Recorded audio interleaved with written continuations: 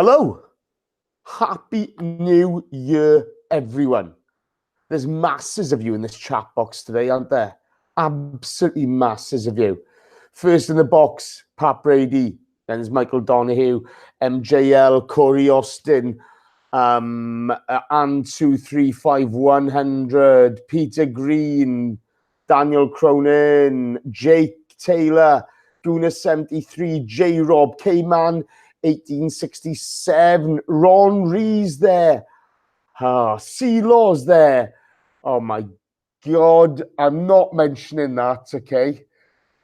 No, where was that? And YN0TSUM. I'm not mentioning the rest of it. You can forget it. Nice work, though.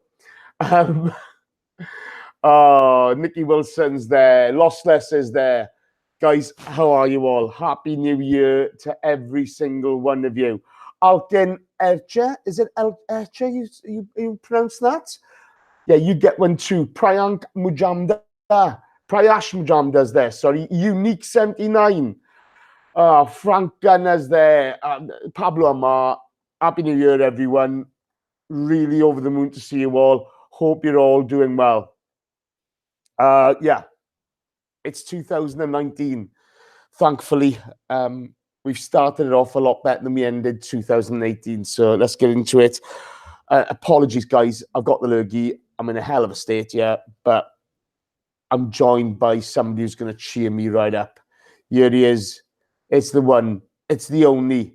It's John Welsh. Say hello, John. Hello, John.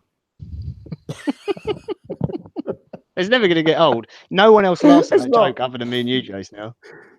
It's just me, you and Dom. It's just me and you and Dom. You know, I'm not being funny. That is it, okay? I know. It's me, you and Dom. We're the only ones who like it. We're the only ones who laugh.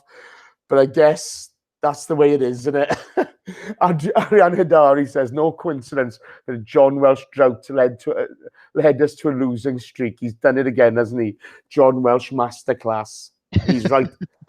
Happy New Year, pal. You all right? Yeah, I'm very good. Weird New Year's Day performance. I'm trying to.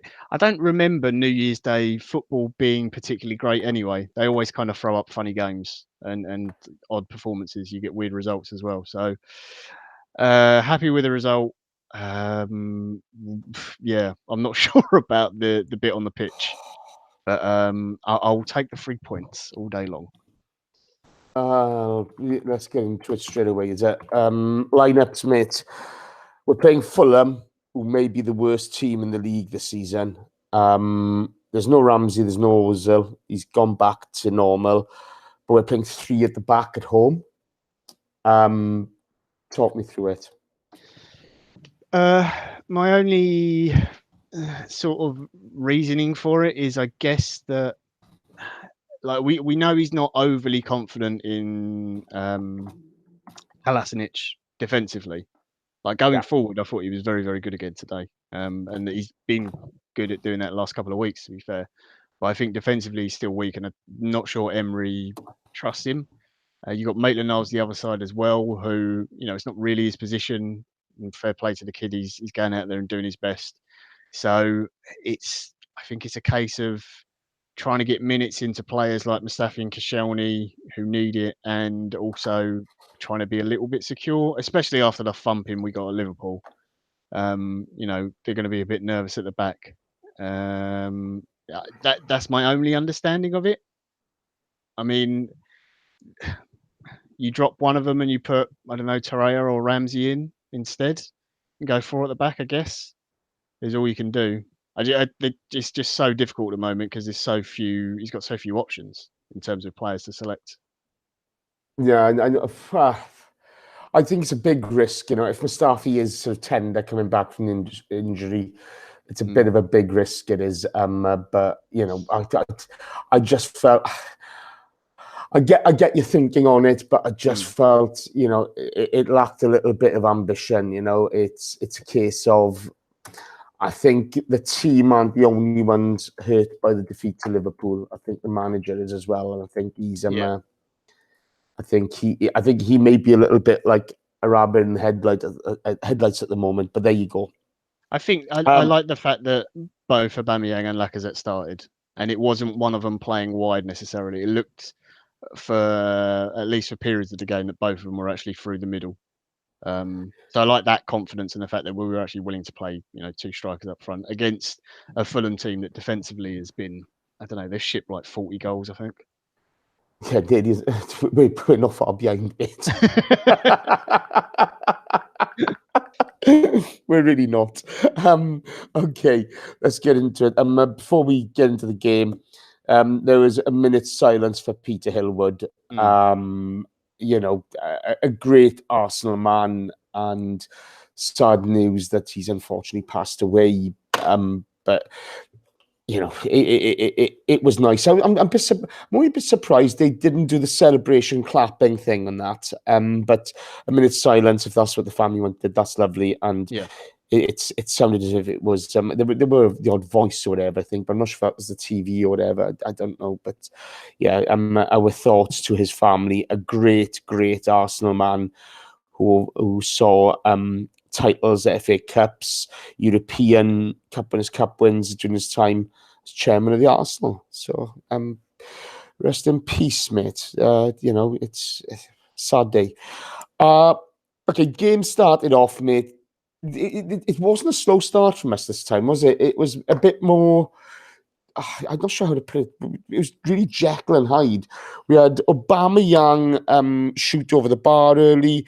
You had a really strong run from Kolasinac down the flank, where he just about he beats off two defenders to win a corner. But then the Sessegnon chance happens. We get countered really easily, and with our back three, I'm sorry, I'm gonna pick on him, but Socrates is nowhere. He's way out of position, and there's no chance to get him back. Thankfully, though, Sessegnon fires wide. It was bizarre, wasn't it, the first sort of 10, 15 minutes? Yeah, I mean, we've been complaining about slow starts and that kind of thing most of the season, and we started really quick, and we had the nice interplay. We had Maitland-Niles getting in down the right-hand side, rapid, and then you see Fulham counter the other way. I just, Kolasinac and that side of the pitch is an easy part of our squad to exploit. I think especially when we're playing the back three, getting in behind the wing backs is sort of the traditional thing to do.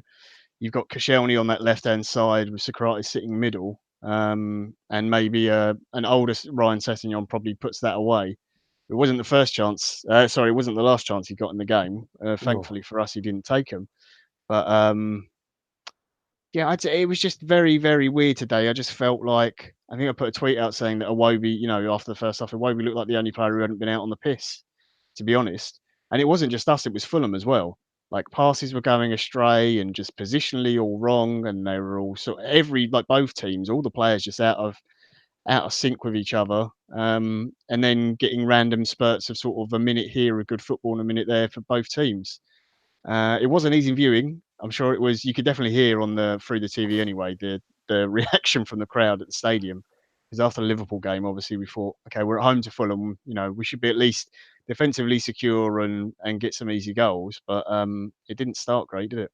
It was awful. It was absolutely awful. Couple of quick things from the chat box. Ariane, it's 5:10. It does get dark here early.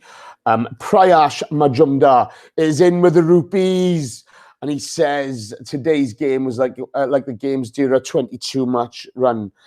Wouldn't disagree with that, Prayash. Really wouldn't. It was one of those things where you just think, oh God, it was painful. It was absolutely painful to watch. No wonder the crowd was sort of was silent and were just, they weren't enjoying it. There was some booze flying around there. Also, Jess, you got one from Unique 79 as well. Donation in there, £2 as well. Thank you for Unique. Excuse me. Thank you, Unique 79. Why do we have a habit of missing easy chances? Where's that? Have I missed that? It's a bit higher up, mate. Oh, sorry, Unique. I do apologise.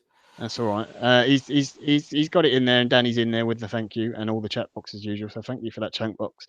We will come on to that Unique as well, because some of the finishing today was. I mean, there were some good goals, and there were some really bad chances missed. Yeah, that was awful. Put that question for later, mate, and we'll answer. We'll have a word there. John, my next note is basically the Arsenal falling apart. We're giving the ball away easily. All of a sudden we looked like a rabbit in the headlights, didn't we? The sort of that one counter, all of a sudden. We fell apart in the middle. We didn't win the middle of the park at all, I thought, until the second half. And at the back, I mean, I get Cos is just back from a long-term injury, but I'm sorry. I thought it was pathetic. And yes, you can say it's both teams, but this is the Arsenal. We've spent a lot of money. We have spent a lot of money, and that was not good enough. That was the Liverpool game. It's not a write-off, but it's a different thing because it's a very good team that's top of the table and at the moment looking like they're going to go on to win the league. But it's the first time this season that I've seen us panic in a game. In previous matches where we've come under pressure or teams have had chances and stuff, we haven't looked nervous. We've kind of kept our heads, kept going, and even if we're still conceding chances, we just kept playing our game. Like the thing of like, we'll just stick to it, even if it's costing us chances. We'll keep doing it until we get it right. And today we looked, very, very nervous, very edgy, and I think it's still a hangover from that Liverpool game. That's the big thing for me that came out of that. And if anything, if you're a Fulham fan, before that first goal, the Xhaka one that goes in, they must have been pulling their hair out because they really were all over us for about 10, 15 minutes. Absolutely. The Mike from the Gooners podcast has just come in with a donation of $1.99 to annoy Danny, which I love. And he says, in honour of Ramsey's final Arsenal goal, see ya. Well, I think he'll be here till the summer, mate, because we ain't getting a transfer fee for him anymore. Oh, we will talk about that later. We will.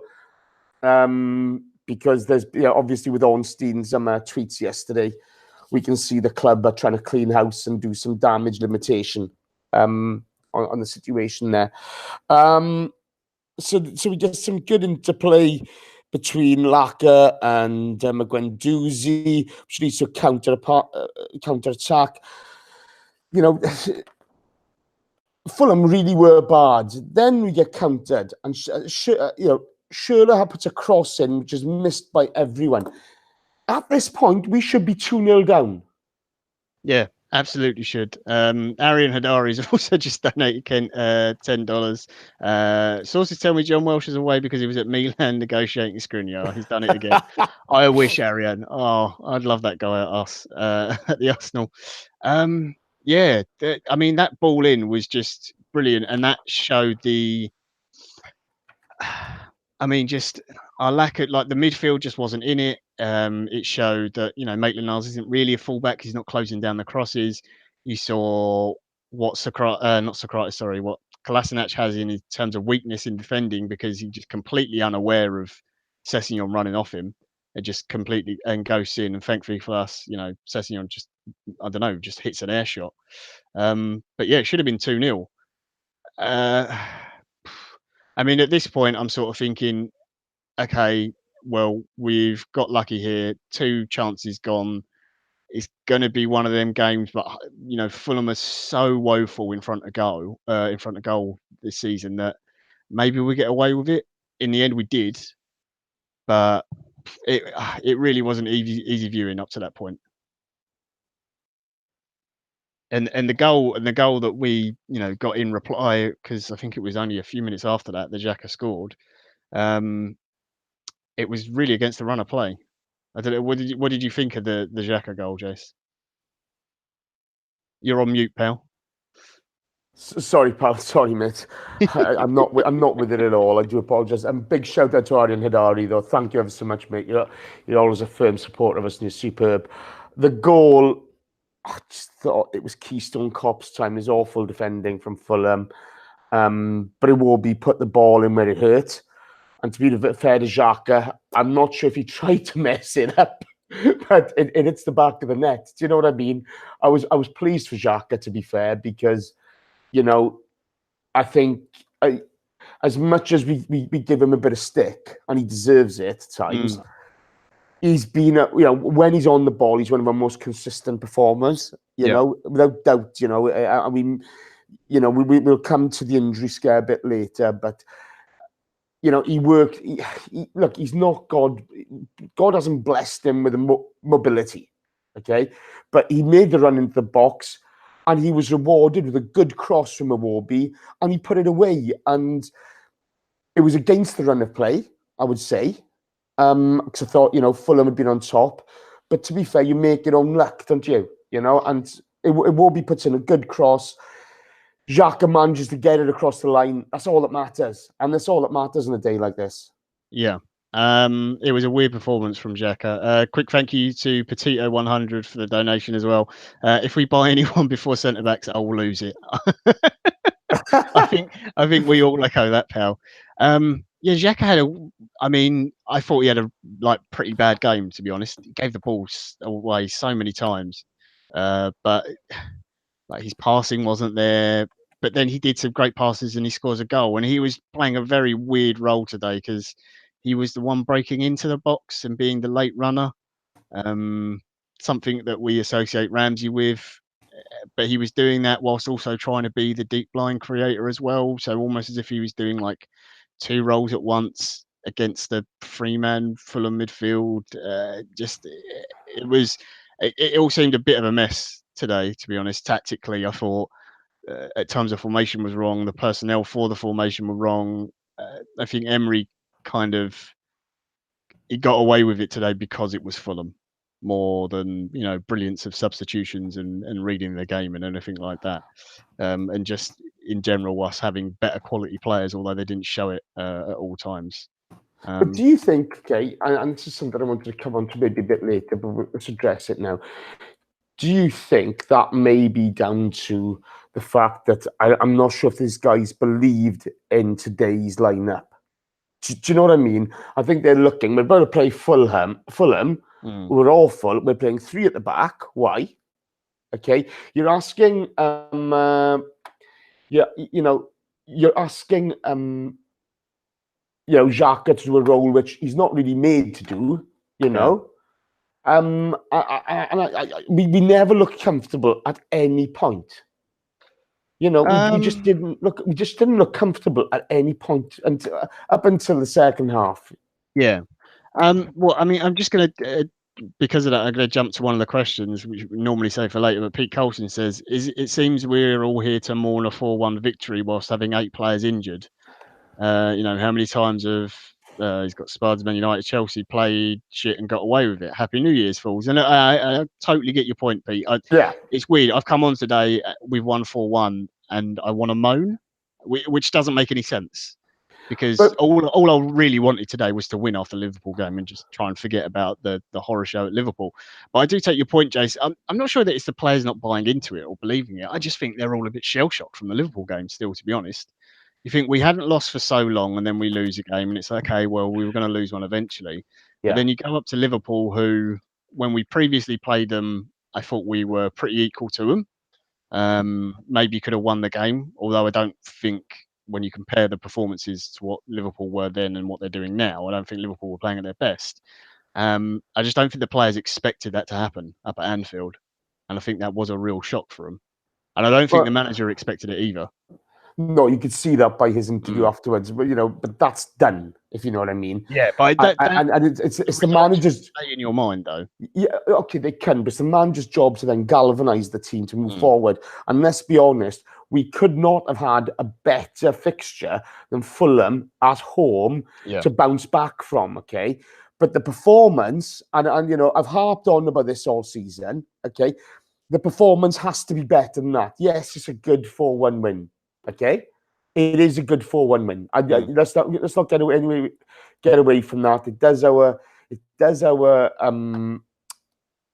goal difference the world of good when we really do need it.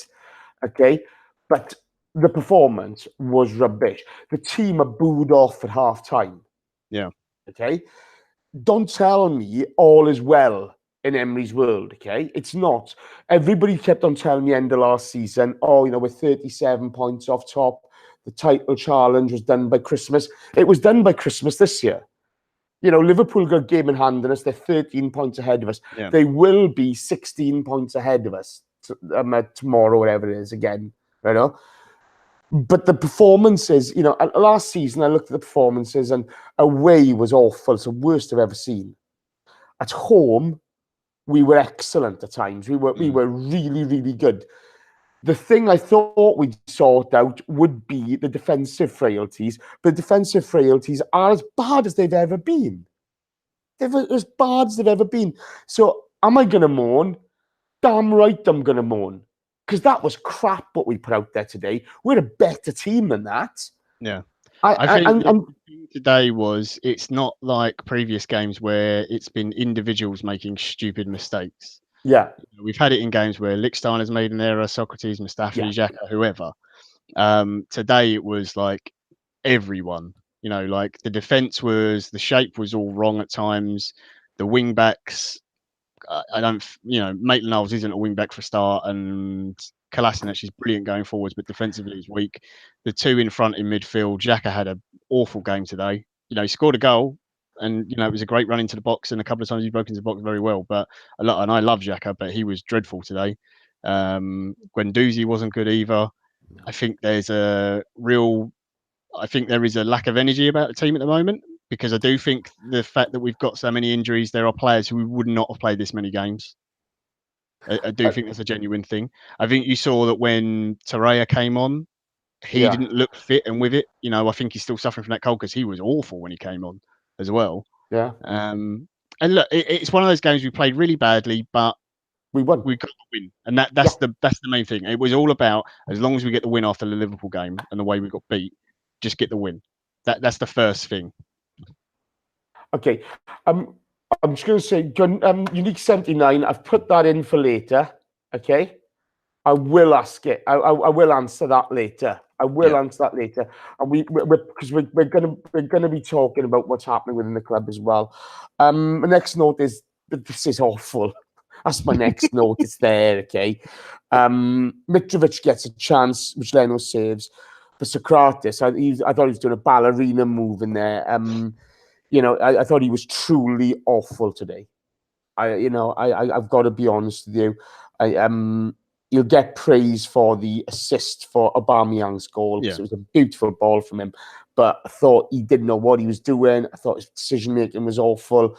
And I'm sorry, but he's bang average. It's very odd, because I thought playing against Mitrovic would be the sort of striker. He seemed to excel against physical strikers, like in games I've seen so far this season.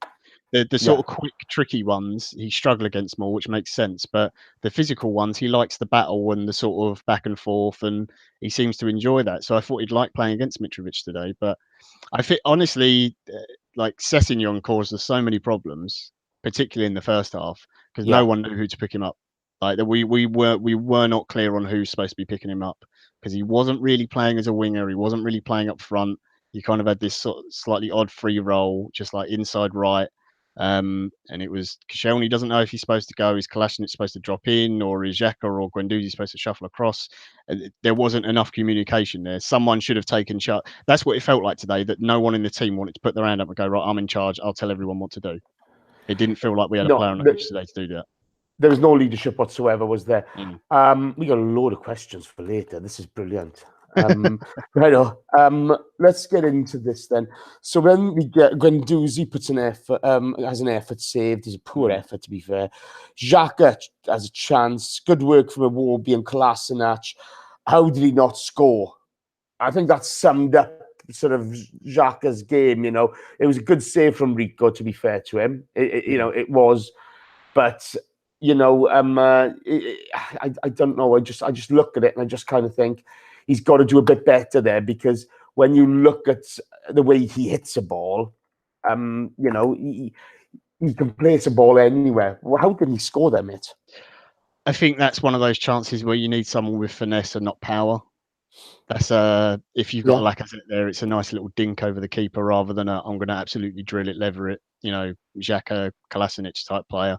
I thought he's a decent save from the keeper, and is it Ream? I think maybe got in behind him as well to try and put the block on if it had gone underneath him.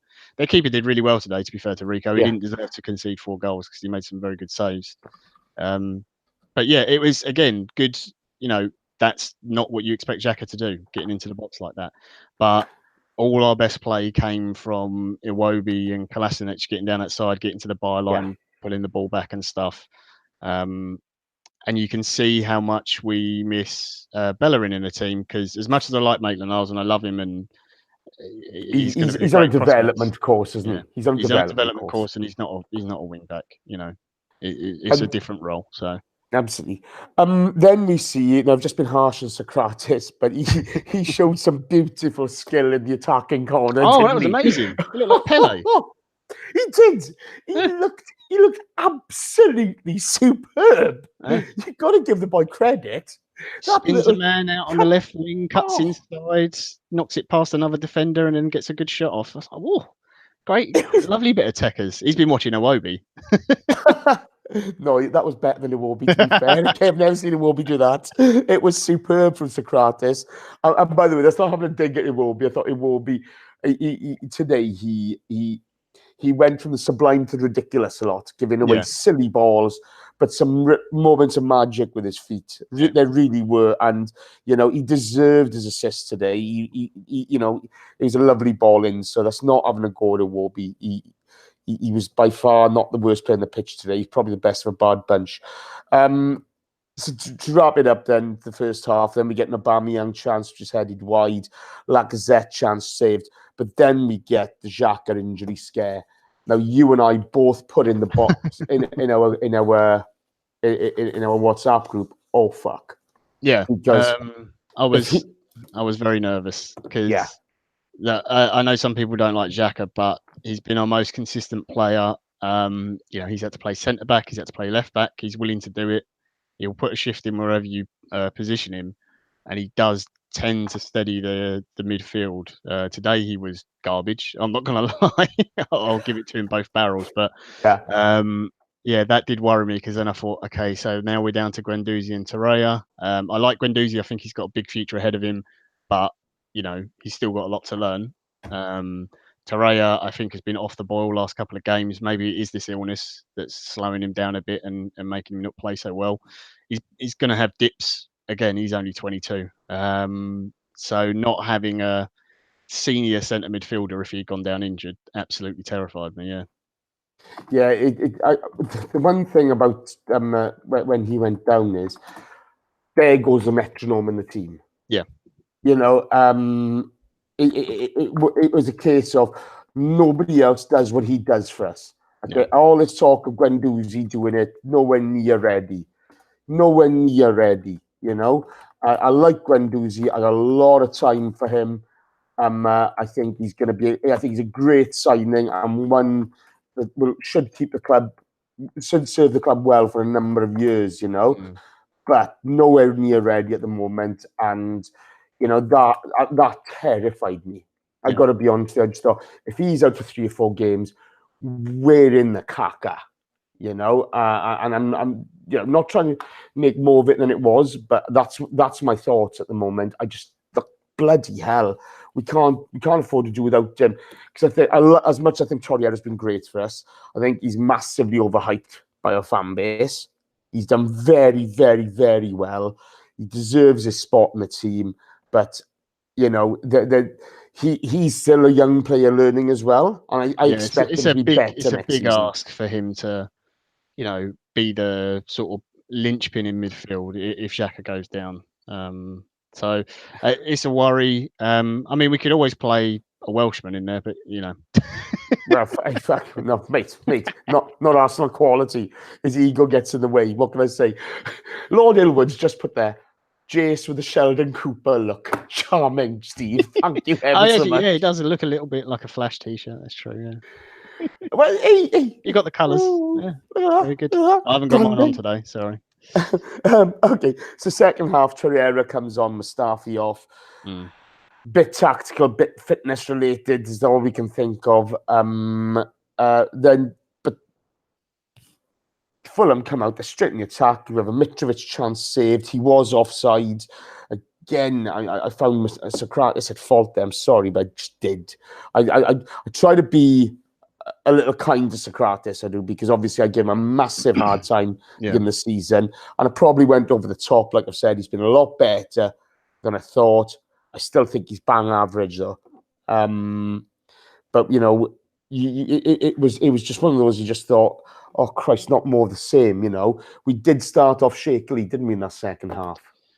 Yeah, again, credit to Fulham. I think they exploited the fact that we came out and we were playing a different system, and it took us, 5-10 minutes to settle, to switch in the back four, and the midfield slightly changed shape. And the forward line did as well, and they exploited that in that people again weren't positionally quite on it, that kind of thing. So it's decent play from them. Look, we were slow to everything today in terms of reacting and adjusting to things. It does make me question a little bit Unai switching things so much in games. Is it maybe a little bit too much? Not that the players aren't smart enough or good enough to do it, but just because we have got so many injuries and having to change that much in a game where you're already not playing that great can sometimes unnerve the players a little bit. I think once we'd settled down into the back four, sort of 10 minutes into the second half, then we actually started to take control of the game and play much better. I agreed. Lord Elwood puts down, it's the two T-shirts. I get you. Yeah. I get you. AFC Cam says that is fair. And regarding Torriera, as a fan base, we completely overrate or dismiss players or dismiss them as shit. There's no in between. Yeah, I think we all do, mate. I think it's a really good point from AFC Cam there. You know, we either overhype them massively or they're rubbish. I think that's just football fans in general, isn't it? It's not just our problem. It's a difficult one. Then the Lacazette goal, mate. Some fantastic interplay between Kolasinac, Iwobi on Aubameyang. The little turn around the corner from Iwobi was fantastic. His sort of awareness, the weight he puts on those balls when he gets it right is so good. He does it with nutmegs, little back heels, that kind of thing. Aubameyang getting involved in the build-up was nice as well, just stretching the play. Kolasinac was just down that left-hand side the whole game. Not always back defending where he should have been, but at least going forwards, he was absolutely brilliant. And my favourite bit of it was just as the ball comes to Lacazette, he just waits for the keeper to go down. There's a great thing in I think it's in Dennis Bergkamp's book, and it might be a little section written by Henri. Anyone, please correct me if I'm getting it wrong. But he said that Thierry wrote the section in the book and said that Dennis told me that you have to freeze the goalkeeper. So you have to kill him, basically, just kill him dead. Wait for him to react. Once he's frozen, he's made his move. That's it. Then you shoot, and you've got to be calm and cool enough to be able to do that. And that was it. Just Lacazette is just like, I take my touch. Keeper's on the floor now. Put it in the back of the net. I just absolutely love that. And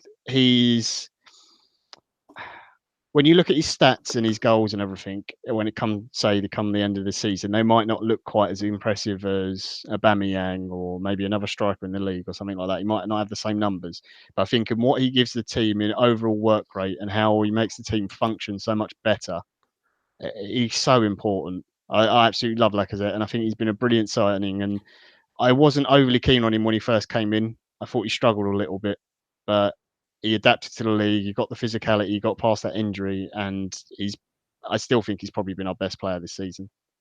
I totally agree. I think the way he brings players into the game is phenomenal. I his think work rate from the front as well. He's such a pest.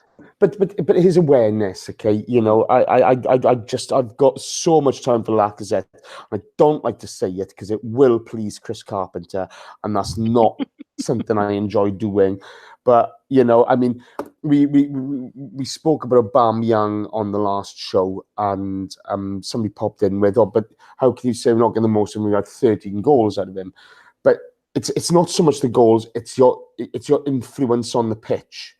And I just see in 99% of what Lacazette does for us, there's a positive, ambitious influence on what he does, And I adore the guy. I think, he's just he's just he's a phenomenal performer for us this season. Last season we didn't see this as much, but kind of a different system, slightly different system, etc. Yeah. And obviously there were injury issues, but he's been brilliant this season.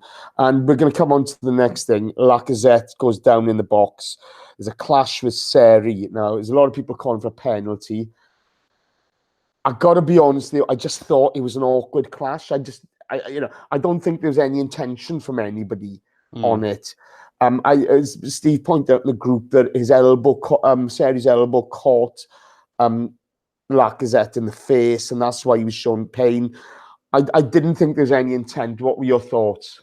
I didn't think there was intent in sort of the arm, the failing arm. I just thought it was like mistimed bad tackle. It's like, I didn't think tackle. it's a bit of coming together, but also just like clumsy. I think it's more clumsiness than anything else. Like, I don't think there's not any intent or anything like that, but that doesn't, you don't need the intent for necessarily there to be a penalty. I think the thing with it is, and I saw what some people were saying, was if that's Liverpool at Anfield or Spurs at Wembley or something, or then they get the penalty. No, come on. Some of the penalties we've seen Spurs get are an absolute disgrace. Okay. Oh yeah, I don't mind saying it. So I can understand the call for a penalty.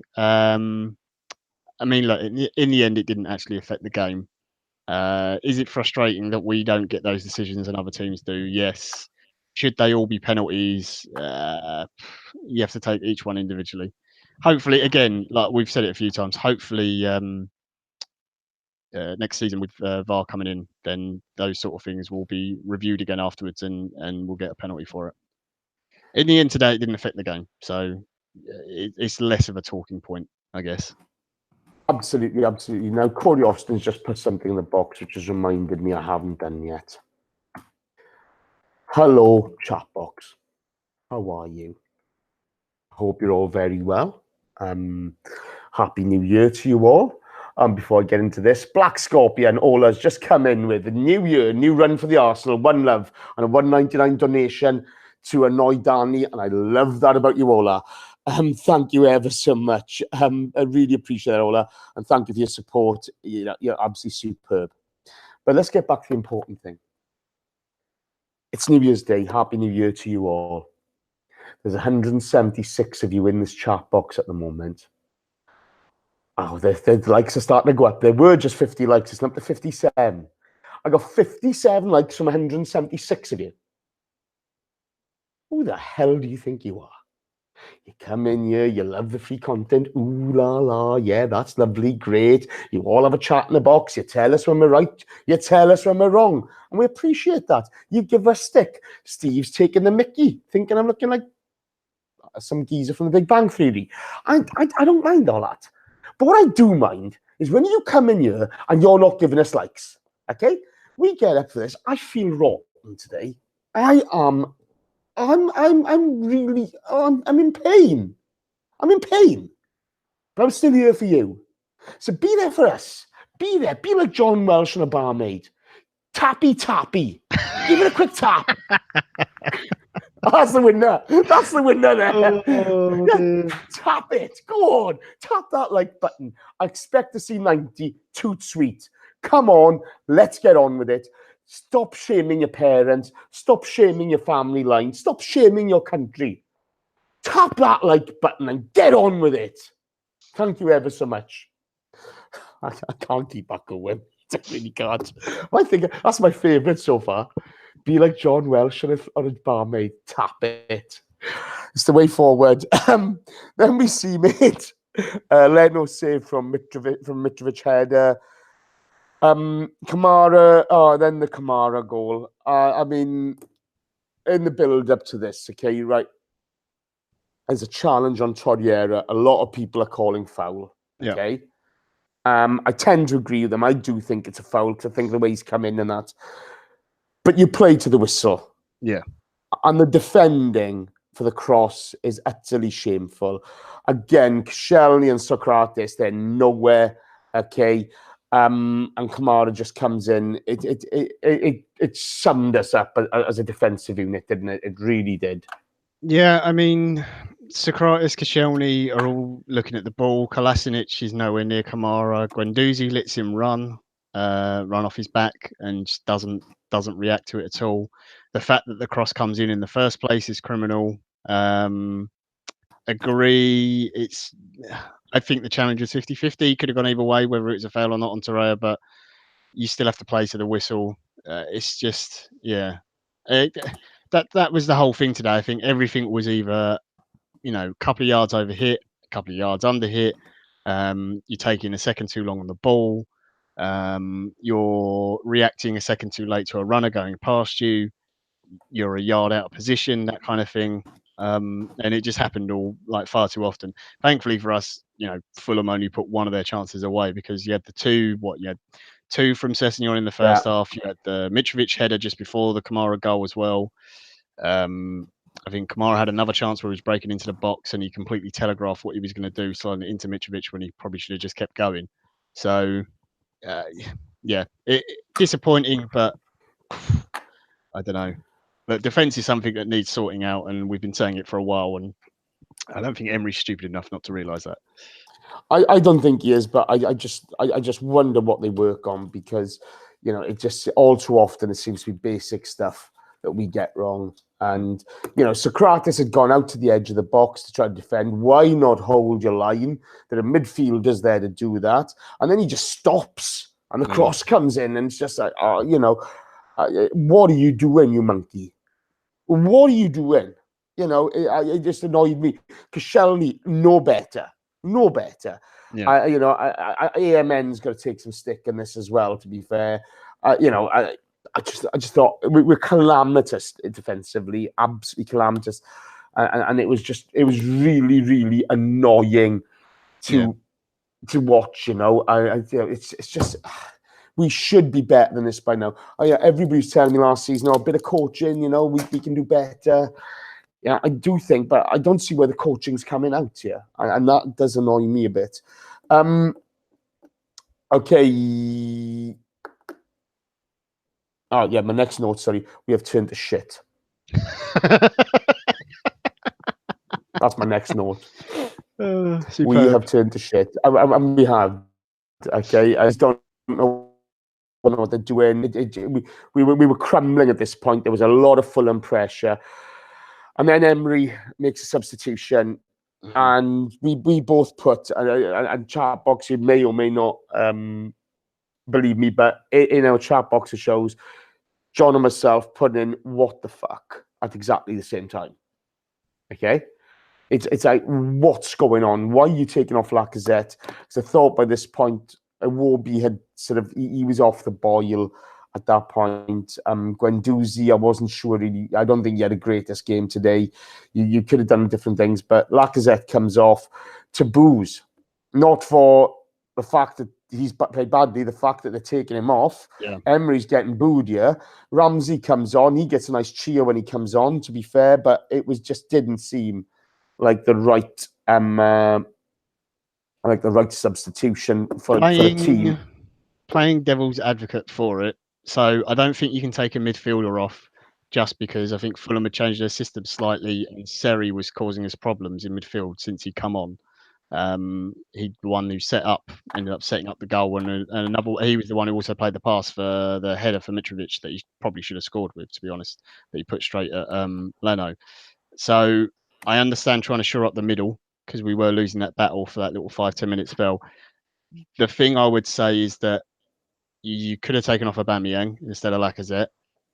My only reasoning in sort of defence of Emery is, if Fulham start to go for it a bit more, get a bit overconfident, then Aubameyang is better against a stretch team than maybe Lacazette is. That would be the sort of balanced argument to it, I guess. But I get the fans' reaction, because I always think we play better with Lacazette on the pitch. And I've got to say as well, I really liked Lacazette's reaction, because he was clearly upset and annoyed that he was coming off again. But the fact, the crowd started to turn, but then he was, saying, no, get behind the team. It's fine for me to be annoyed, but stay with the team, and that's brilliant attitude to have. I really, really like that. But he's shown that attitude his whole time here. To be fair to him, I've got so much time for this guy. It's beyond belief. Chat box 76 likes. 76. That's not good enough, and you know it. Come on, 90, please. Too sweet. Let's get going. I'm not happy, bunny. Tappy. There you go. Then we get the Rambo goal. Some good interplay. The Aubameyang shot off the post, and Ramsey dead-eyed. All of a sudden, the manager's vindicated, isn't he? Oh yeah, a genius substitution. Absolutely knew it was going to happen. We get a brilliant bit of luck with where the ball falls, but it's a great first touch from Ramsey. Just kills it dead, and it's superb finish. Puts it where there's no chance of the defender or the goalkeeper getting it.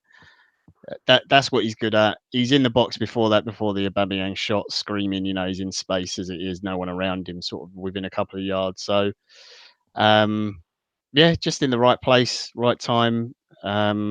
All-time top goal scoring central midfielder for Arsenal. Longest serving player at the club. Leave it go. I'm gonna start tearing up in a minute. No, that'll be May. May, I'll be time to cry. Yeah. Then we get Rico saving from Aubameyang. Good save. Iwobi comes off. I thought Iwobi played well. Yeah. I thought there's some ridiculous moments from him, some poor ones, but I thought overall very positive in the game. He just needs to get that consistency in his decision making right, doesn't he? And then you get the Aubameyang goal. And from a corner, ball comes out as we're coming back. Socrates picks the ball up. It was a lovely ball from Socrates. You've got to give him credit. Yeah. He knew where Aubameyang was. It was a beautiful ball. Aubameyang he takes the shot, does get deflection, but he needed the goal, didn't he? Yeah, he did, because he missed a few chances up to that point. We had a very early one within the first minute or two at the near post that he put wide. He had a header that he missed the target with. And then the chance just before that where Rico made a good save, but you would have expected Aubameyang to either go around the keeper or put it over him. And that was his first one on target. So, again, he's got that.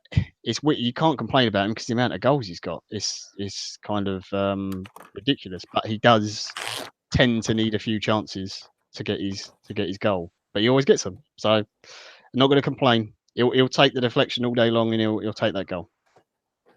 It's one of those. I look at Aubameyang. I like him as a player. We don't play to his strengths, so it's difficult to ask him to have a massive amount of impact on the game. But it's really, what can you say? What can you say? We have a well defended piece, a bit of play from Fulham to stop AMN later, and then the game kind of peters out. Yeah, 4-1 win. It was, we deserved that, to be fair. We were the better team, but it was a poor performance, wasn't it? Yeah, I don't think 4-1 really tells the story of the game. If you just look at that, you think, oh, okay, we've stomped Fulham and they've probably got like a late consolation goal or something like that. But, we were poor. We were very all over the place defensively. But, I mean, I thought we were bad at times in defence, but Fulham were shocking.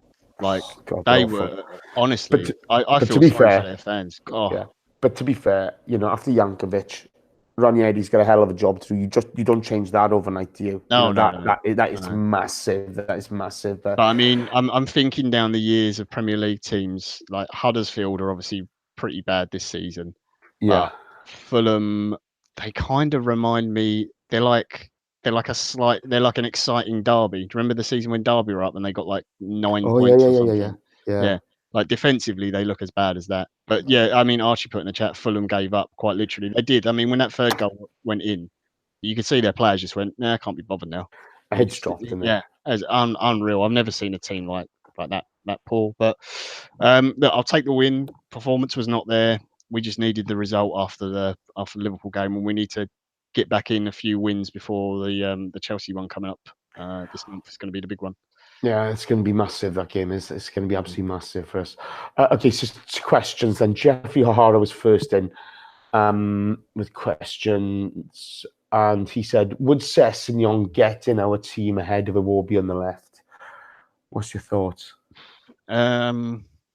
I don't think he'd get in ahead of. I mean, look, he's a good player and he's quick, but you saw he made the wrong decisions today, and his final product wasn't there either. So they're slightly different kind of players, but I'm not sure one's necessarily better than the other.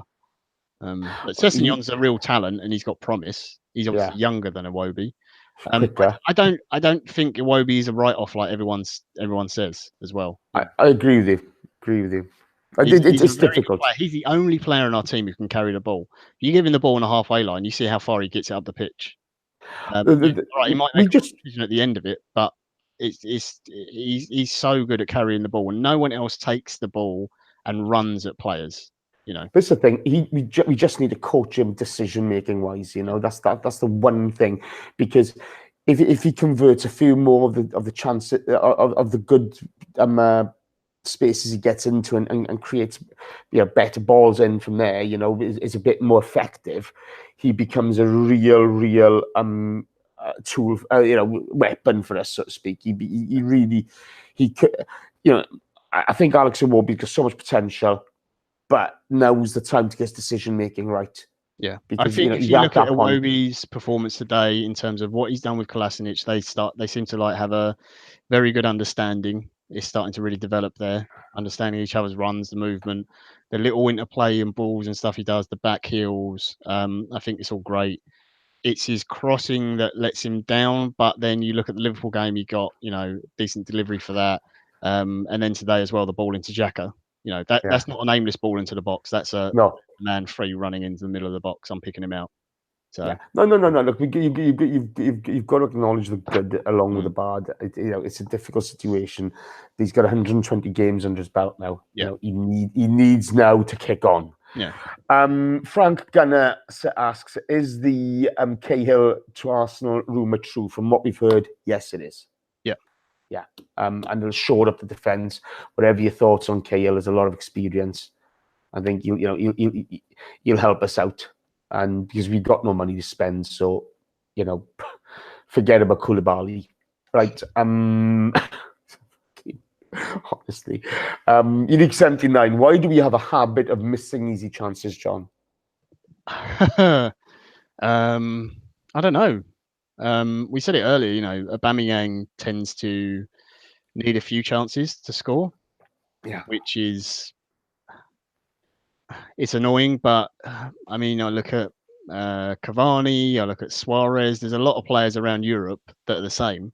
That if you watched the full 90 minutes and you just watched every highlight of a chance that they had of shots on goal, how many of them they waste, you'd probably be shocked. You'd be like, oh, hang on a minute, I thought these guys are some of the best strikers in the world.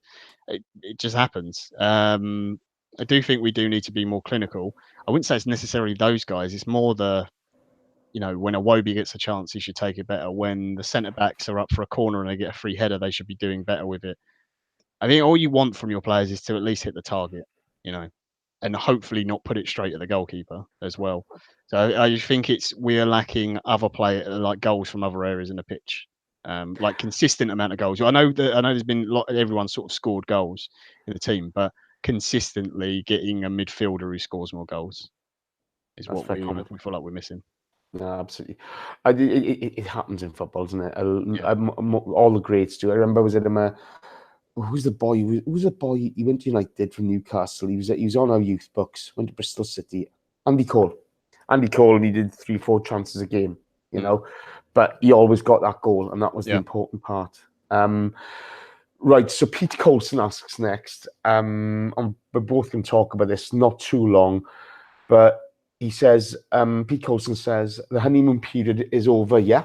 No, he says in the French, no, actually. But are we not where we expected to be post-Wenger? Now, I'm going to play devil's advocate on this, okay? Mm-hmm.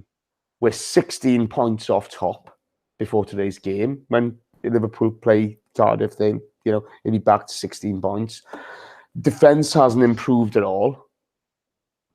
The 22-game unbeaten run was nice. It was lovely. It was all credit to Emery. I think he deserves a lot of credit to that. But the losses against Southampton, the hammering against Liverpool, he has to take responsibility for. And today's performance, although it's a 4-1 win, I'm not sure exactly how much progress we've actually made, because I don't see us being anywhere better than we were last season. Away form is better, no doubt. No, that's there in black and white for everyone to see.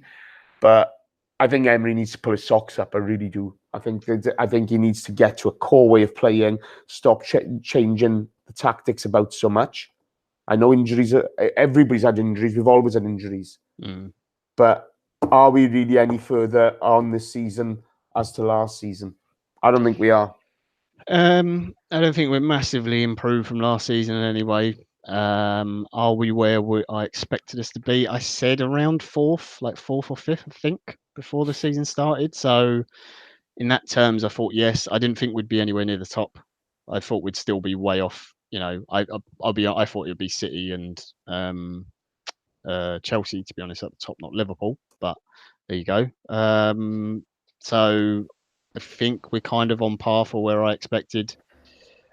The one thing I would say is I hope Emery, he needs to, like you said, he needs to settle on a formation and a setup and just try and play that week in, week out. It's very difficult at the moment, though, with so many injuries. I think that's the big issue. And I know other teams have got injuries, but we've got so many in the same area. And I think a lot of players in this team he just does not trust at all. Look,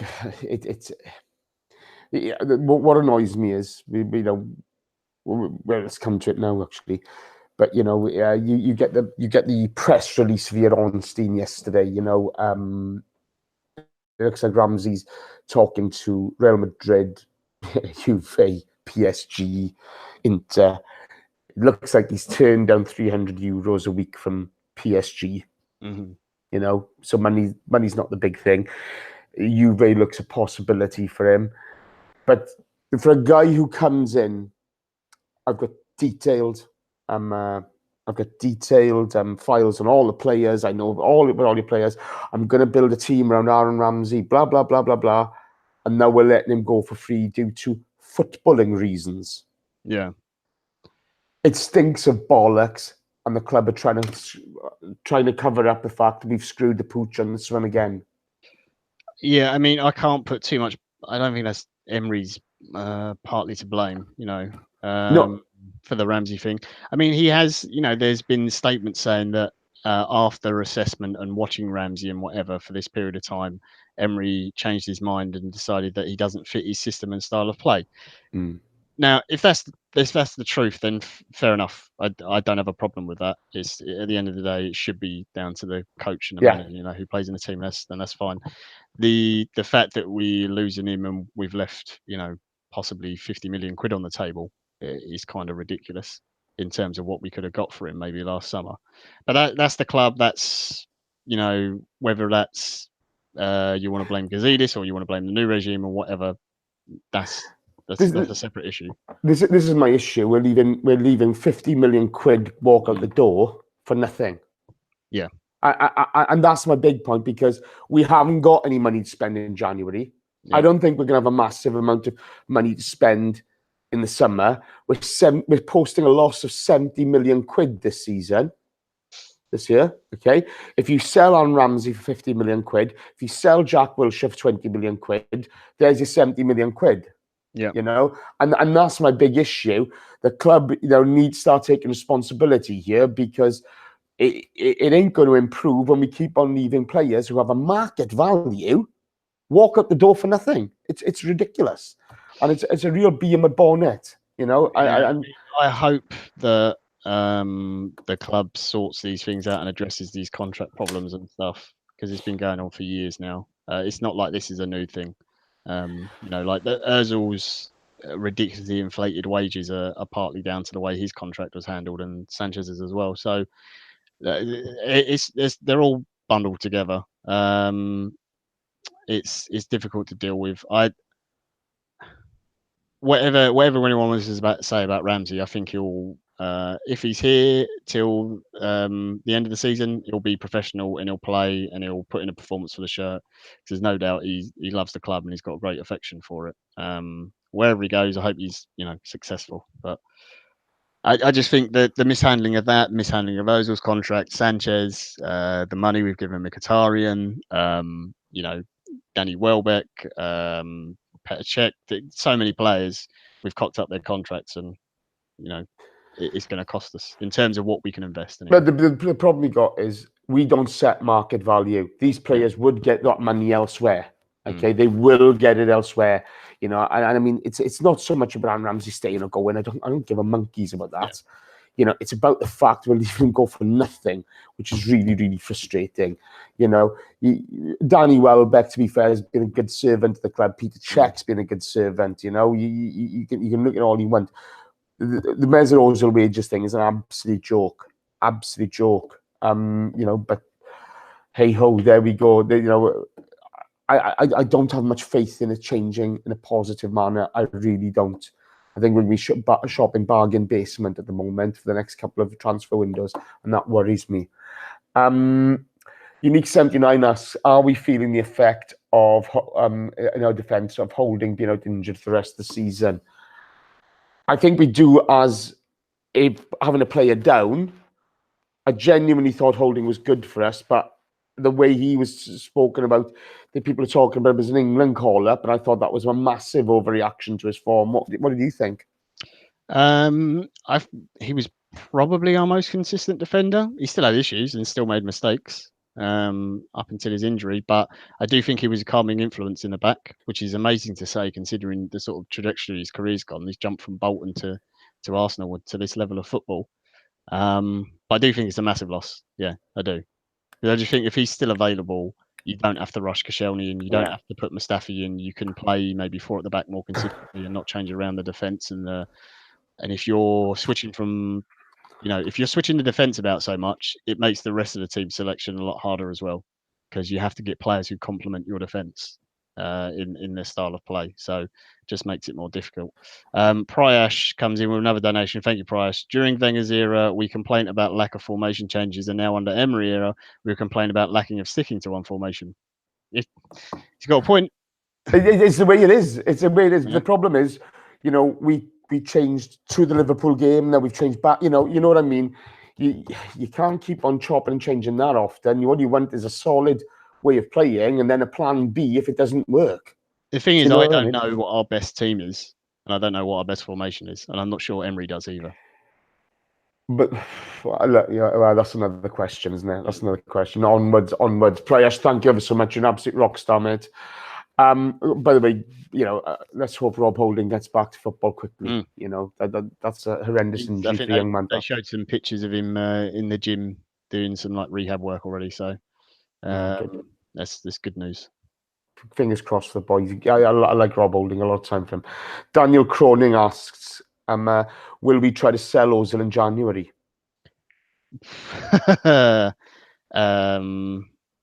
This is going to be really, really tough if we try to. Yeah. I'm not sure. No, I think the club would be open to offers. It's clear that the manager doesn't trust him. I'm not sure it's a case of him not rating him. I don't think anyone with a brain says that Ozil's not a good footballer, because he clearly is. I think he's the most talented player in our squad, but it's when he wants to be is the problem. I mean, okay, let's take the flip side of it. Let's say all of those injuries are genuine, like the knee injury he's got at the moment and the back problems and everything else. And every single time he's been out injured, they've all been real. Even if that's the case, you can't be paying him that much money if he's going to be injured that much. So I think you have to think about letting him go. And the other big thing as well is, until he goes, that's a huge chunk of money in wages that you can't spend on others and to get other players in. So look, I don't think there's going to be any realistic possible move for him in January. I think it's more likely going to be a summer thing. And it may be a case of we do some sort of lump sum to get him to go, because he won't be able to get the same wages he's on here. We're going to have to subsidise it somehow, aren't we? Because, I can't see anybody, unless he goes to PSG. Yeah. Okay, I don't see Real wanting him back. I don't see Barcelona wanting him. I don't see United wanting him. Okay? Unless it's a club like that, you're going to have to subsidise the wages. Yeah, well, I mean, And- Inter were very serious on the interest with him, but I mean, Inter can't afford the wages that we're paying, so they'd be able to say, I mean, they'd be able to give him very good wages and him not pay any tax because it's Italy and things happen.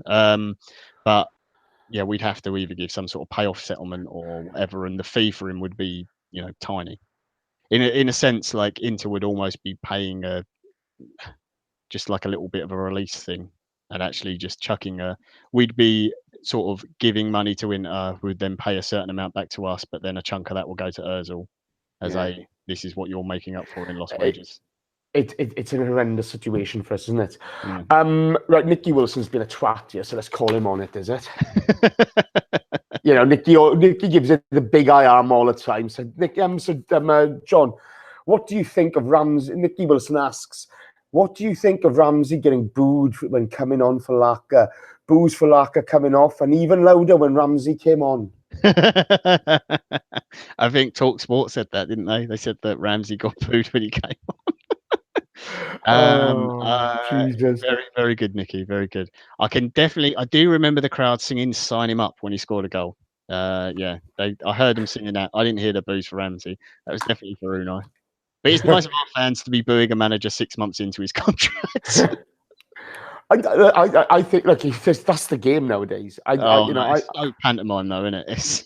Yeah, but football always has been pantomime. It always has been pantomime, and it always will be, and that's the way it is. And you've got to take the rough with the smooth. You're never going to have an Arsene Wenger come in and win the double in his first full season unless you're spending a shed full of money nowadays, are you? Yeah. It's difficult. It is difficult. And, Unai Emery, regardless of whether I'm happy with whatever's happening or not, doesn't really matter. He has to have a full season. Yeah. And to go from there, you have to give him time. It's unfair not to. John Bernstein asks, I know the ref was shit and I didn't call anything, but when are our players going to learn to play to the whistle? Do they think they're playing in Spain? Yeah, I don't know. We said this is like for the goal they scored. Guendouzi's head's turned, Torreira's on the floor, a few players are reacting to the foul on him. You've got to play to the whistle. The other thing I would say as well is we've got to be a bit more cynical in the way we get round the referee. Look, we used to complain. Do you remember how many times we used to play Barcelona and we'd complain about their whole team being surrounding the ref? We'd just do it. Yeah, you've got to play with your own game, and obviously we're having the arse end of refereeing decisions at the moment. You can see that by the number of players banned for 5 yellow cards, etc. Yeah. It's ridiculous. But we've got to be a bit smarter. That hasn't changed, unfortunately. I mean, the one thing I would say is that when Socrates or Lichtsteiner get fouled, the referee knows that they've been fouled. Yeah. To be fair, Socrates is on the floor at the end of the game. It was the young kid he hardly touched him. Yeah. It was beautiful to watch, to be fair, from him. It was like the big tough guy. Oh, he must have clobbered him. He's on the floor writhing in pain. So all credit to Socrates there.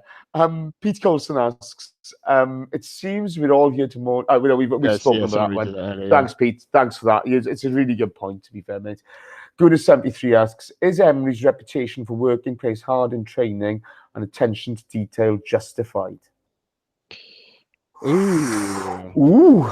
I think in terms of fitness, it is. I think the players look fitter. I think that's been evident this season. Tactically, not so far, I would say. I think some of our set piece plays have been good. We've seen a few pretty cool ones that he's clearly worked on the training ground. That's something that we've haven't really done for a long time. But defensively, no, not at all. To be perfectly honest.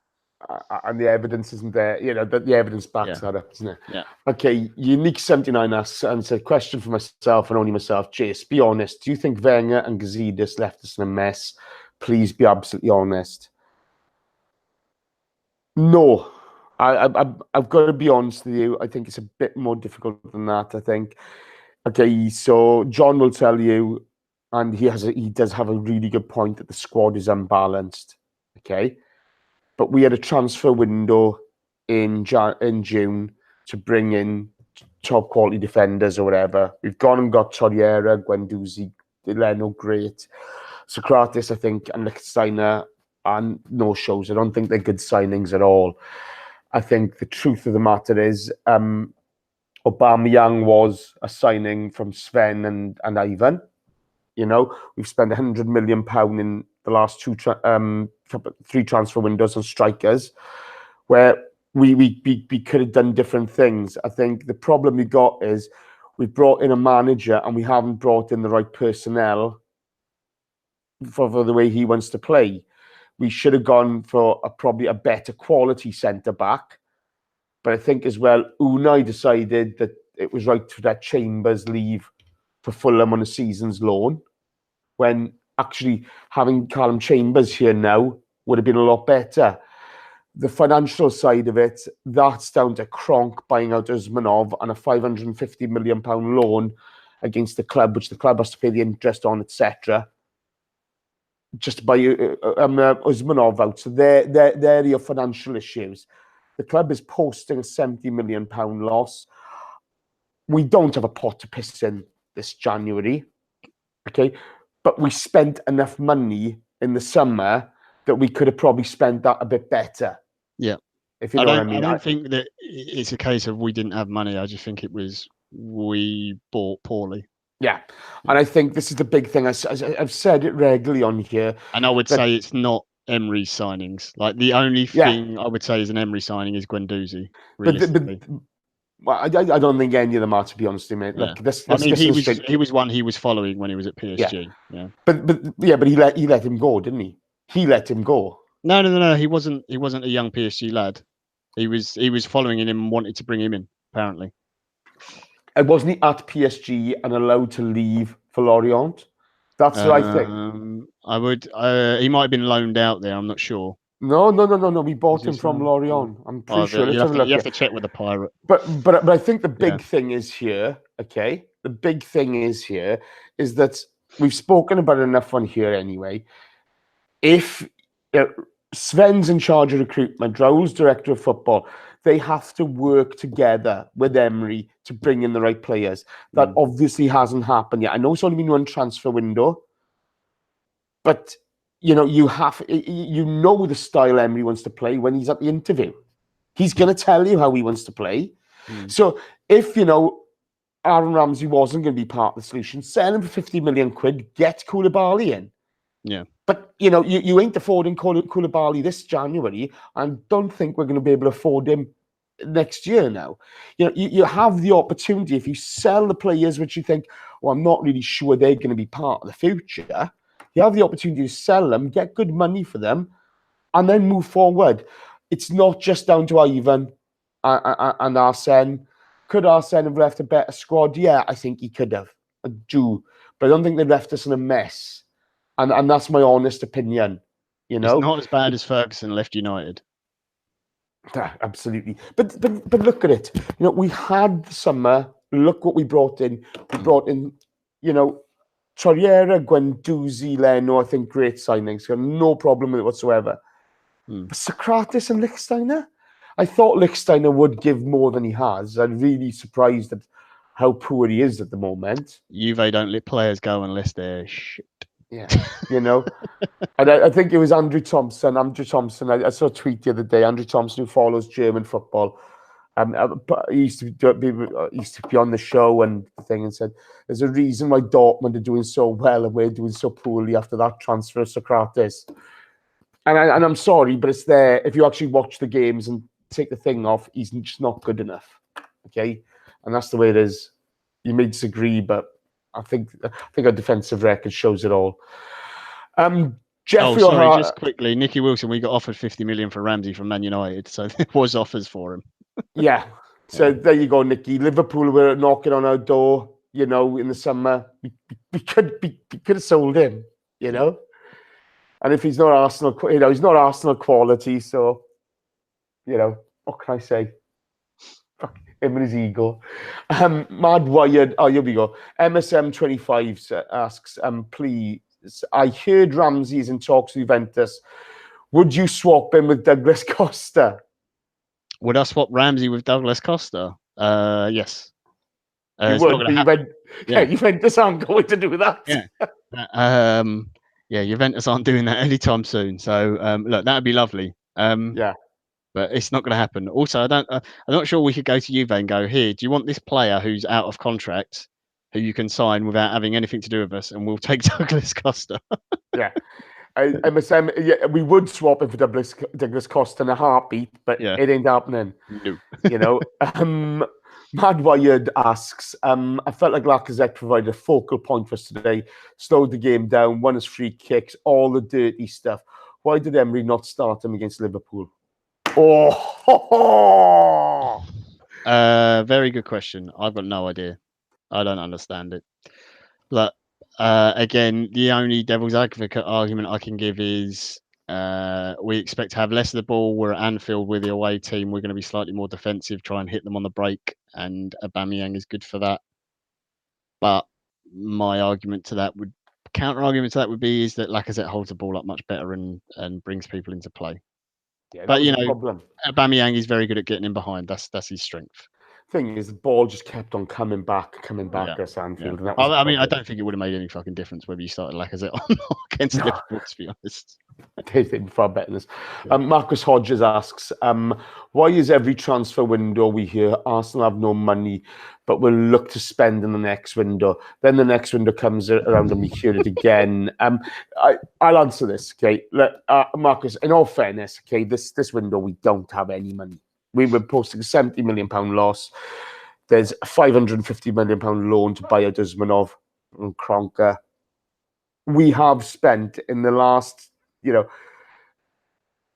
summer before last, we spent 50 million on Lacazette. In last January, we spent 50 million on Aubameyang. There's 35 million on Leno, 25 million on Torreira. I think we spent a total of just around 100 million this summer. Yeah. So I don't know what the net was, but yeah, that was what we spent. We have spent money. Okay, we haven't spent money well, in my opinion, but there you have it. Okay, but the problem we got now is with that loan to buy Usmanov and the loss we've posted. We need Champions League football badly. If ever we needed to win the Europa Cup, it's this season. Because I don't see us getting top four anymore. I really don't. And 74 million. Sorry, my bad. I knew it was something. What's that? It was 74 million. We spent not 100. Yeah. But it's this side of it of we have spent money, and that's the misconception is that we've never spent money. We have. Have we spent it well? No, I don't think so. I think we knew Koscielny's over 30. We knew he had tendonitis problems. Do you know what I mean? We know Nacho's hitting 30. There's all these things they do rack up after a while. John, Steve-O asks, what do you reckon to a team with Arsenal's ticket prices and resources needing to look at loan player recruitment and having to cut costs? Are we being rogered by Stan's Rams? I'm bear me a second. Go to 73 and then asks, It's been reported that an email has been sent to all departments at Arsenal saying that savings need to be made. Does this scare the shit out of you? Well, the email that's been sent round could just be to the administration people because someone's been stealing the stapler. Excuse me. Oh, see, look, I choked on that. I almost believed it. The first time you choked on it, is it, fella? But look, for the money that people spend, should the football be better? Should we be doing better? Yes. Look, the ticket prices is a separate issue in a way because the market dictates the price. If people are willing to pay that price, that's what the price will be. If people stop going, the prices go down. That's just normal market forces. So until people stop buying the tickets, they're not going to go down. They'll continue to go up, if anything, if there's still more demand from them, regardless of what's happening with the football. Sad matter of fact, that's just capitalism. In terms of being shit scared for money spent, like January having to get loan players. Look, I get the Cahill loan if it does go through. I'm not. You don't like him, that's fair enough. I'm really not. I'm not happy about it, to be honest. It's look, I understand it. We're short on players at the back and we need some stability. Fine. But does bringing Gary Cahill in, a guy who cannot get in to the Chelsea team, a team that play out from the back and like ball playing defenders, just like Emery does. Sarri loves that as well, which is why one of the reasons why Cahill is not playing. Is he going to fit in our team or make us any better? I don't think he's going to make us better. He's going to give us more cover, yes. Is there any point in spending whatever the money is on him? If it's a tiny amount of money, then maybe it's negligible. If it's not a tiny amount of money and those wages could be spent somewhere else, or we could just go, you know what, we'll just wait until the summer until the centre back we want is available and just bring in one of the kids from the youth team and just give them game time. But I know that's a risk. the devil's advocate to that. We need to get into Champions League. We have to get into Champions League. Does signing Gary Cahill on loan get us into Champions League? I don't. Well, he's won the Champions League, so to be fair, he's going to give you more of a chance. Hold up, he's got more of a chance than somebody from the youth team who hasn't. Do you know what I mean? That's my. I'm not saying you're wrong. What I'm saying is, at least he'll give us experience cover, which should help us if we get another injury. More pace than Socrates. Okay. More football under his belt and not the injury that Koscielny's had. Doesn't go to ground as often as Mustafi. Perhaps, but what I would say is that Cahill was a very good defender when he was playing next to John Terry, and we don't have a John Terry. That's fair enough. I mean, well, look, one of the things here, are we being rogered by Stan's Rams? Could Stan be a more benevolent owner? Of course he could. Okay, he's using us. He is using us, this club. It does scare the shit out of me. It really does, because if we don't get the next 2 transfer windows right, we could be in real problems. And I mean, we could be in deep stuck if we don't get the next 2 transfer windows right. The truth of the matter is, though, the club should be self-sustaining. And, we should have a new kit deal with Adidas on the table come next summer. The Emirates deal's just been redone and what have you. That should be a hell of a lot more money. I don't really know what's going on. We're never going to be able to look at the books again. No. But this is the thing. We will never know whether money that Arsenal are spending is money we've made or money Stan's put in. From here on, no. Yeah, we're not going to know that. So it's hard to judge him on that. I mean, the Rams are doing very well this season in the NFL when they're into the playoffs and whatever. So, they restructured their coaching team and stuff, and that was more down to Josh. So they've had investment, and obviously there's the big thing with the stadium development, but the big stadium development has all been put on hold. So there's actually the Rams are costing him a lot of money at the moment. So there is a realistic chance that he's trying to take money out of Arsenal to tide the Rams over until that stadium development can go ahead, because I think it got delayed. I'm not sure how long for, but it's been put on hold for a bit. Yeah, but the big thing for us is the triad of Unai, Sven, and Raul working together to get the best of the transfer windows. Stop this nonsense of leaving players with great market value leave for nothing. I love the Nicky Wilson comment again, or who's going to pay 50 million quid for Ramsey when you had Liverpool paying 40 million quid for the Ox. Yeah. Do you know what I mean? Exactly. You have a body of work there. We should have re-signed Jack and had 20 million for Jack, because West Ham would have paid 20 million for Jack all day long, wouldn't they? Yeah. It's one of those things. It's some money that you've left on the table that you didn't need to. That's the frustration.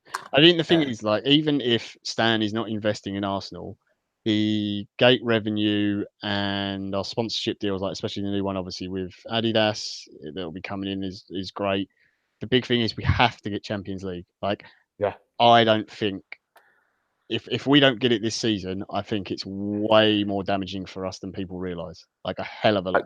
Do you know what? If we don't get Champions League this season, I don't think we'll see it for another 3 or 4 years. Well, remember how long Liverpool were out of it? Yeah. I think you might end up going through something like that.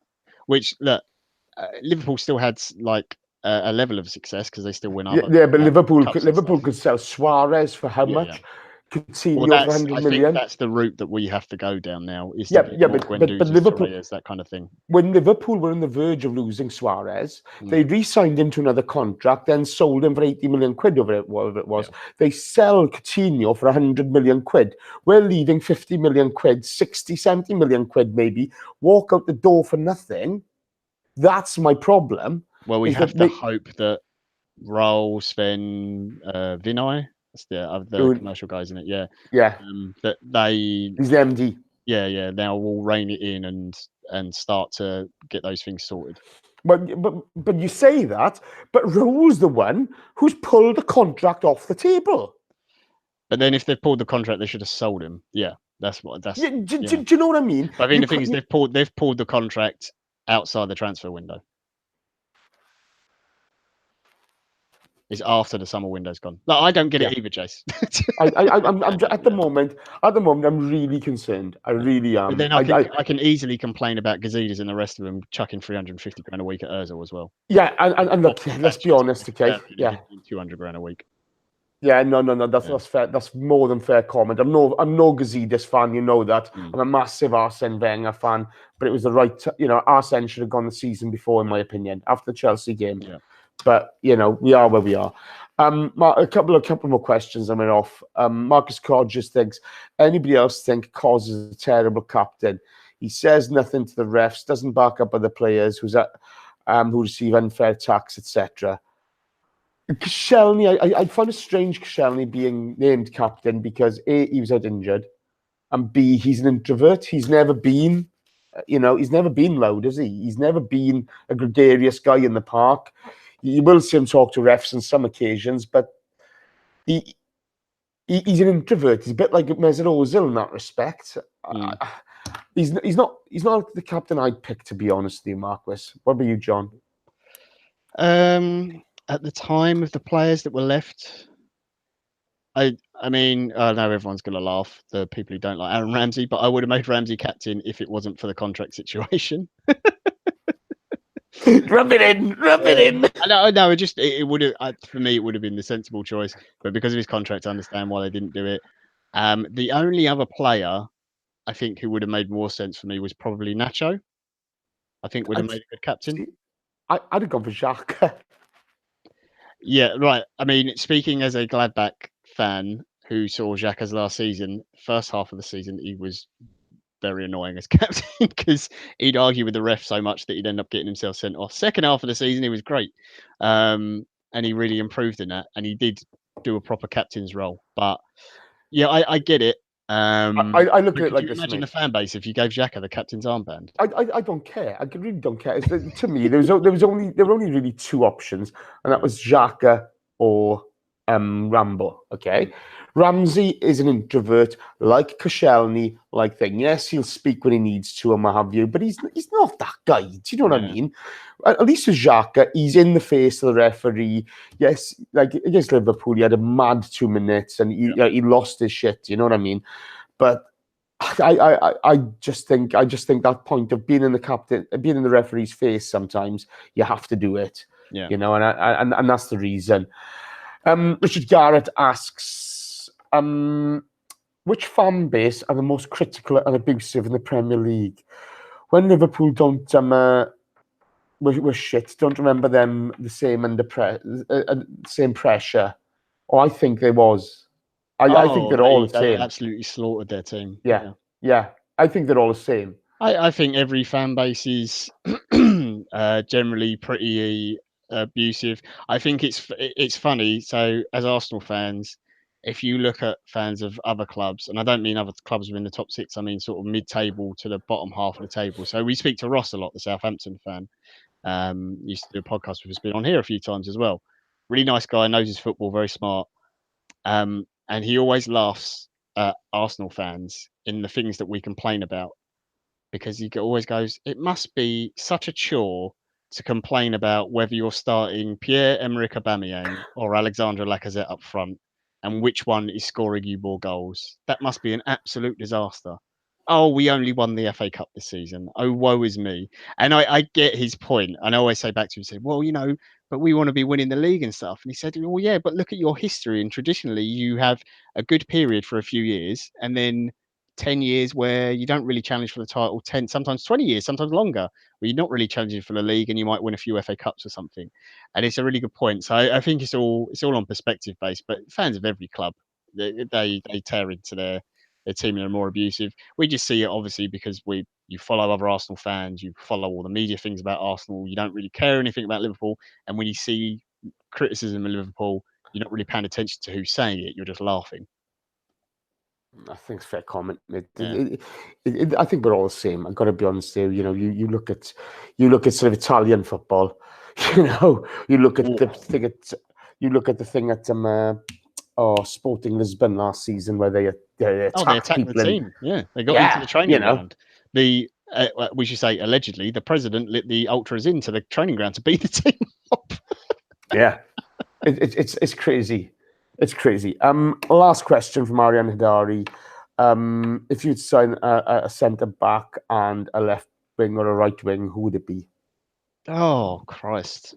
Do you want dream signing or realistic ones? Let's have a dream and realistic. So you give the dream. Okay. I'll give the realistic. Okay. Dream signing would be Skriniar from Inter Milan. It would screw my Inter Milan team up, but he's an absolute monster. And he's a proper leader as well. He's still very young in terms of centre back. I think he's early 20s, 23 maybe. But yeah, he's a proper beast. Where's he from? He is from. Is he Serbian? Maybe. I've probably just really insulted him. I'm going to look him up now. Milan Skriniar.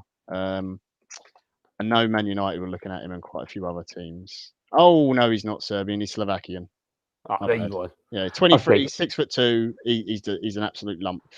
Easiest way to describe him is like sort of mix between prime Vidic and Ivanovic. Yeah, you just buy him. Let's go buy him. Yeah. The realistic option on that is Ashley Williams or Johnny Evans. Had to be a Welshman as well, didn't it? Oh, mate. Had to get in there, didn't I? Crack on. Next one. Left wing or right winger? Dream signing. I don't really have a dream signing for a wide player because they're so sort of there's not a lot of them around anymore, like traditional ones. Oh, come on. Oh, I don't know. I'm trying to think of someone now. Hey, Arian Hidari talks you up every week. Oh, I know, it's terrible. Jimmy Carter and Stefanos Loki's coming with. Come on, come with somebody. Look, okay, well, the Pepe guy at Lille is supposed to be good, but I don't think he's worth the 80 million that people are talking about. I'm going to chuck another Inter Milan player in there. I do like Politano. He's a good player. He's pretty good. What for Perisic? Eh? Oh no, I wouldn't go for Perisic. He's not bad, mate. I think he's. I don't think. He is old. I don't think he suits us anyway. In reality, okay. In reality, Andros Townsend. Oh, go away. Or Wayne Routledge. Oh, my word. Dreadful. That's part of it. Hey, but Chris has told us Lamar is close. Yes. I haven't had a dig at Chris all game, Him and Ramsey's ego, they go together like, I tell you what, actually, there is a weird thing in the. I know lots of people laughed at the Dembele when Chris said about Ousmane Dembele from Barca. Yeah, but there is still, I think, a realistic chance of possibly a loan. The problem is, he's an absolute nightmare in terms of training and turning up late. But again, okay, so you get him on loan. I don't think he'd be on massive wages at Barca, really. I don't think he's on big wages. No. But I just, all the nonsense that comes with that guy, it's beyond the pale, The one good thing is huge friends with Aubameyang, and maybe that was... Yeah, but he was friends with Aubameyang. He's at Dortmund. It still didn't stop him fucking Dortmund over, did it? He started doing that when Aubameyang left. No. He left before Aubameyang. Really? Before? Oh, maybe he did. He's gone before then. Yeah. He's gone, mate. He's gone. Right. Okay. That's it for today, guys. We've had enough now. And we've gone far too long. I need to crawl back under the duvet, and I'm just dying. Massive shout out to Unique 79, Prayash Majunda, Mike Gummett from the Gooners podcast, Aryan Hidari, Petito 100, and Ola the Black Scorpion. Thank you for those donations. That's absolutely magic of you guys. To everybody in the chat box, you've been brilliant fun today. Other than Nicky Wilson, who's been a bit of a tit, but there you go. That's how he rolls. Yeah, honest to God. If you are listening on any other platform, thank you for your support. As always, your magic. We couldn't do it without you guys. If you want to be part of the chat box, like the YouTube, subscribe to the YouTube channel, click on the bell icon, you'll be notified. If you guys, have got any questions or anything, just message us. We'll try to do them in the next podcast. The podcast this week is Danny. It's Chris Carpenter, funny enough. And I think Shreds is on it. I'm not sure who else. We haven't done the lineup for the Blackpool game on the weekend yet, but we'll try to get out to you as soon as possible. But thank you ever so much for your support. It's been brilliant. Here's wishing you an epic 2019 to each and every one of you. We really appreciate everything you've done with us in 2018. So happy New Year to all of you. From all of us at ABW. John, my thanks as usual. Just the two of us. We can make it if we try. Always just the two of us. And I tell you what, we just show up, don't we? We just keep on showing up. We're like a bad penny. But thanks, mate. You're superb as you always. Well done. Always a pleasure, Jace. Always a pleasure. Yes. As 95 wins, as John West said, Happy New Year. When you're 95 likes, come on, that can be 100 very quickly. 5 of you, bang, tap on that like button. They'll tap as soon as we turn off, Jace. I know. I like the 2 thumbs down. I really enjoy those. Happy New Year, everybody. Thank you ever so much. Take care of yourselves, and we'll see you soon. John, switch this shit off.